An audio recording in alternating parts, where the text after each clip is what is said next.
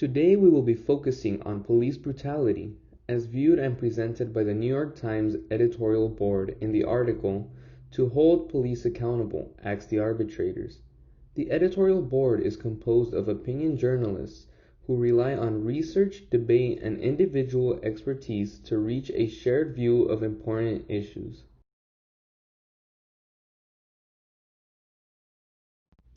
The term "police brutality" is sometimes used to refer to various human rights violations by police.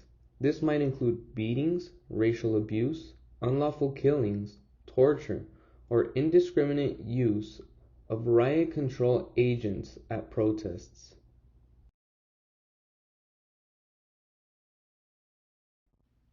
The New York Times editorial board argues that the police should be held accountable for their actions by utilizing rhetorical appeals such as pathos, ethos, and logos.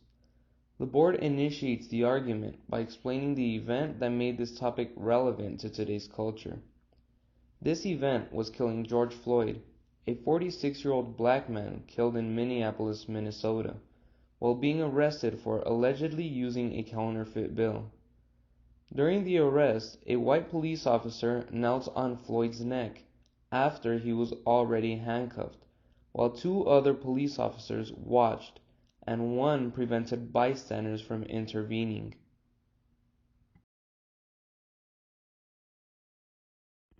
The death of George Floyd led to various riots.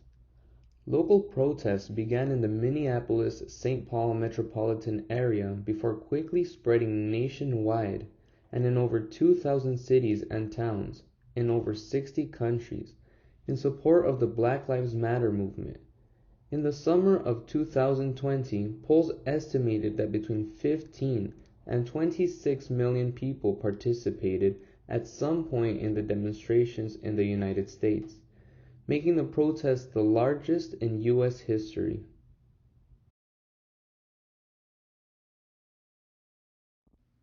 After presenting the reason for this movement, the board continues by utilizing the rhetorical appeal logos to develop credibility.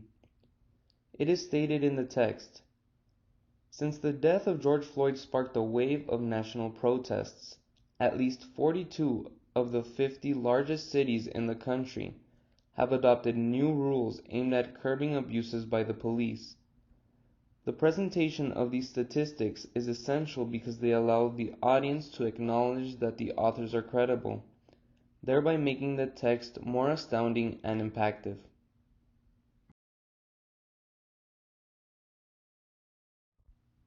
The authors efficiently connect with the audience by combining the rhetorical appeals, logos, ethos, and pathos into one sentence. This sentence presents the most crucial obstacle in holding police officers accountable for their behavior.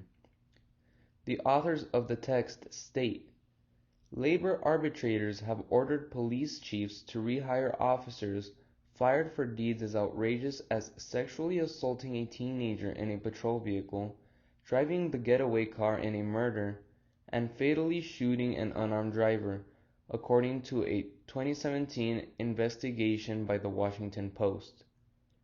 This quote plays into the author's credibility because these statistics are from professionals who focus on this specific topic. The authors appeal to ethos and pathos when they mention that police officers have been rehired after committing very inappropriate acts. These occurrences can be viewed as unethical by the audience and appeal to their emotions, making readers feel upset and outraged about our country's critical issues.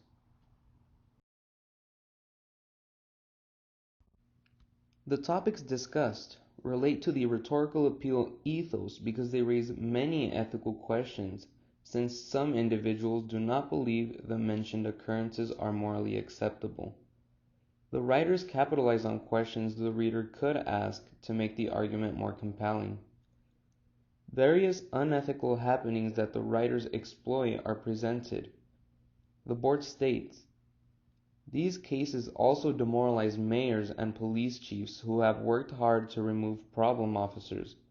only to face orders from unelected arbitrators to give those abusive officers their badges and guns back. This statement explains unethical occurrences. These police chiefs' reputations are being significantly affected.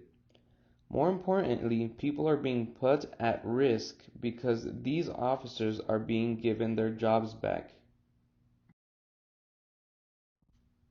Police brutality has become a significant issue, significantly impacting our great nation. As the authors imply, we should take this as a call to action and take the initiative to ratify state and local statutes to prohibit this negligent activity, especially by those individuals whom we are supposed to rely on and trust in times of distress.